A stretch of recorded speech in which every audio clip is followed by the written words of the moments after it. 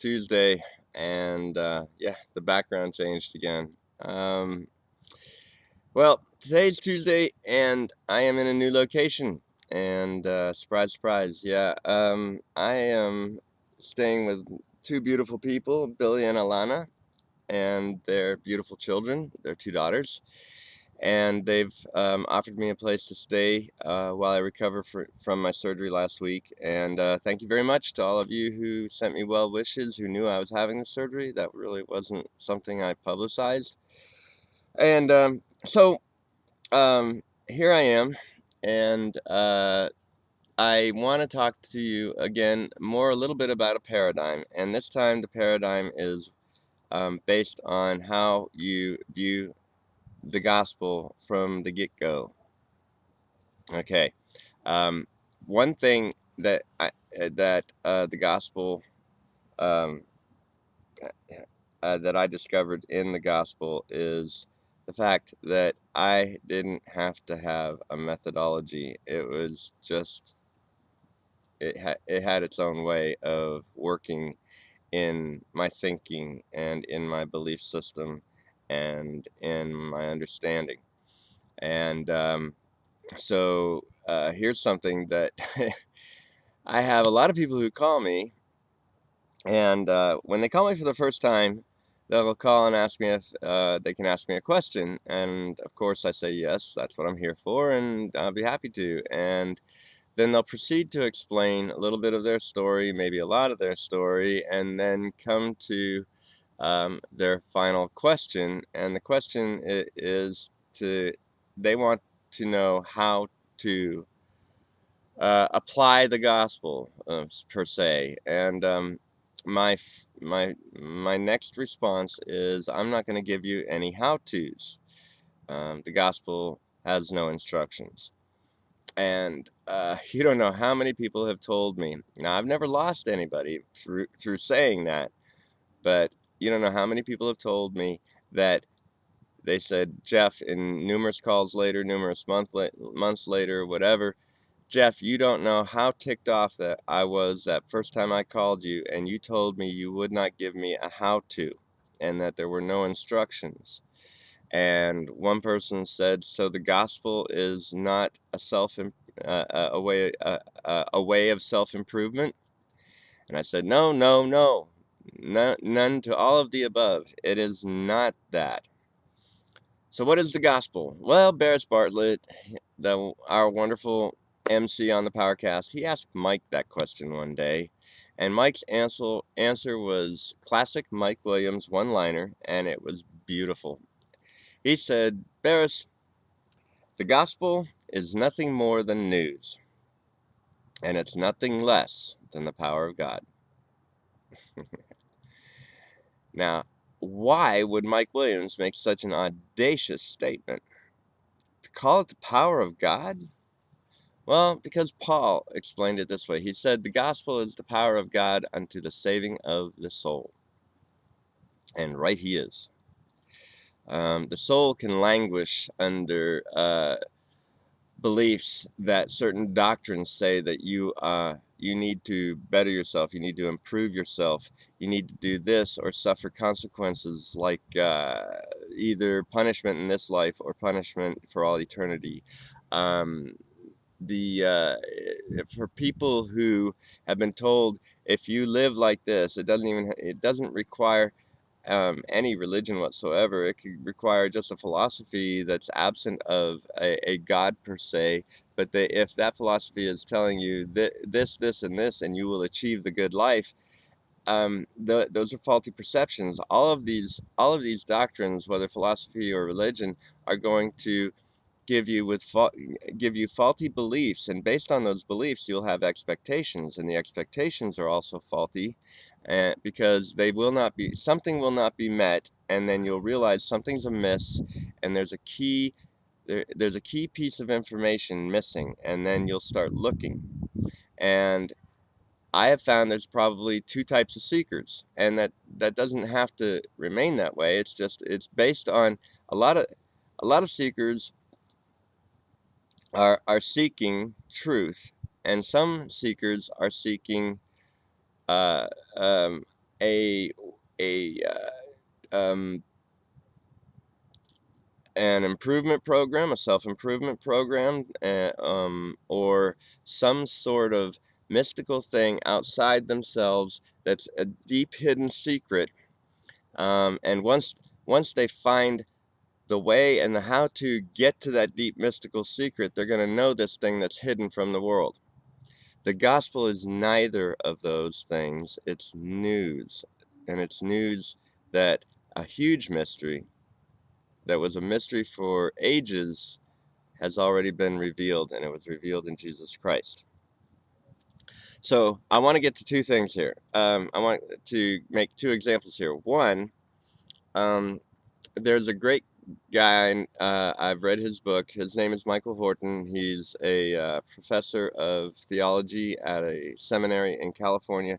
His book is called Christless Christianity, and the subtitle of it is The Alternate Gospel of the American Church. And he's right about Christianity being Christless. He's right about the alternate gospel. But he's wrong in limiting it to the American church. The church, it's not just limited to American Christianity. It is pervasive throughout Christianity around the world. It is an alternate gospel, and he calls it a gospel of therapeutic moralism. And in his book, he's very good. This is why I had to get his book, because he is excellent, just like Mike. He has an insight into the function and the doctrine of Christianity. It is anti-gospel. It's against the gospel of grace. It's against the gospel of peace, and it promotes nothing but therapeutic moralism, some sort of therapy that is a self-improvement that helps you achieve this better state of being, this better person. And the morals, basically, in Christianity, they tend to go with whatever the current morals of the time are, as what is perceived as moral, or they'll go so far as to dictate morals based on the Old Covenant law in Moses. So, neither of which are the gospel of grace and peace. And then uh, and Mikel Horton he's very good at explaining how Christianity actually their gospel is not about Jesus, it's Christless.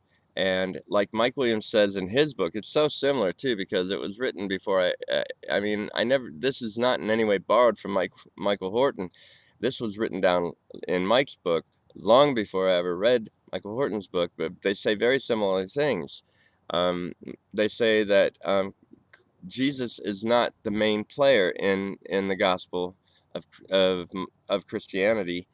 Jesus is not their protagonist. He's a side note. He's not. He is not your salvation. It's your moralism. It's your therapeutic moralism, and how successful you are in following instructions to achieve this better being that you're supposed to be, because you obviously are not, and you're in danger of hellfire. All right. Then we have the seeker who's looking for something mystical, for a hidden secret. And they can come from a religious background, or they can come from a philosophical background, from an atheist background, but they will seek out people who are like gurus, mystics. And so I recommend something else. Now, Mikel Williams wrote the book. Sorry, I meant to mention that too. I can't mention Horton's without Williams. Mikel Williams' book is The Gospel According to Mike, and it will present to you how his thinking was enlivened by his understanding the good news of the gospel. Um, then and see, the gospel is just good news. It is good news, but it is the power of God. And that word good news comes from the Greek, and the original Greek word actually was a specific term for news used to announce a military victory. It's that good. It's that great. So the gospel basically announces that the mystery is revealed in the gospel of Jesus Christ. I wanted to get that in before I go to this next part about mystical uh, a mystical process to finding the deep hidden secret of the universe. Okay, that secret, the gospel already reveals that secret, or announces the secret was revealed. But for those who are thinking there's some hidden secret of the universe and they can find an improvement program, some sort of process or instructions on how to arrive there and discover that, they'll go to like gurus and the mystics. And what what they end up finding is a person who gives them all kinds of steps: do this, do that. The key thing is everybody here, whether it's in a mystical or in a Christian or religious perspective, they're all looking outside themselves to people telling them what they need to do to be perfect, at peace, and right, and and understand the mystery of the universe. There's a movie called Kumari. Kumari is by a guy from New Jersey who um, has no influence from religion or philosophy in his background, and he was perplexed why people would go to gurus looking for enlightenment. See, the key with the guru thing and finding this process that leads you to discovery, the mystery, the hidden mystery of the universe, they want to be enlightened because they feel in that state they will have been some way perfected or brought to peace and tranquility of some sort. So they seek out these gurus, and all they do is give them the process, and then they practice it for years and years, waiting for that moment to come. And so this guy from New Jersey pretended to be this guy called Kumari, and he went to India, and he he posed as a guru, and he developed a hell of a following, a big following. And what really impressed everybody was he told everybody, "I am a fake." And everybody thought that was so profound. It's like, oh my God, this guy he's deep. He's discovered the hidden secrets of the universe. And they followed him, and then he came back to the United States and developed it here, and had some longtime seekers and followers who joined him, and he was definitely the guy. They'd been through all these other gurus before, and this is definitely the one. This guy, they knew beyond a shadow of a doubt, had discovered the hidden secret of the universe. And all he kept telling them was, "I am a fake." What he was trying to show them, and he actually, had, various meetings with them, and he also kept telling them that everything they seek is within them. See, that is in the good news. The good news announces that everything is within you. It's not without. It's not all this stuff, these programs, this way of life that somebody tells you to live, this process in order to find this mysterious fulfillment that is based on false assumptions and therefore false expectations that can never be materialized. So eventually he reveals himself, and most of the people, they accept it and they realize, the light went on. It's been in me all along. This truth has been in me all along. And a couple people fall away. It's like, oh, I've been deceived. They actually weren't deceived. The only thing that deceived them was their own false expectations that they thought this guy had it. So now they either are going to look for somebody else, or they aren't going to trust anybody again, because they truly believe there's some hidden secret that has not already been revealed.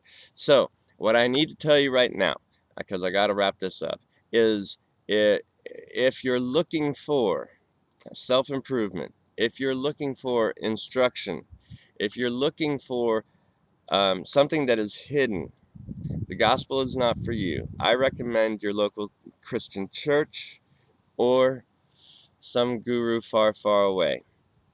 That's what you're looking for, but you will never find what's already right in front of you and what's already in you. All right, everybody, have a great week.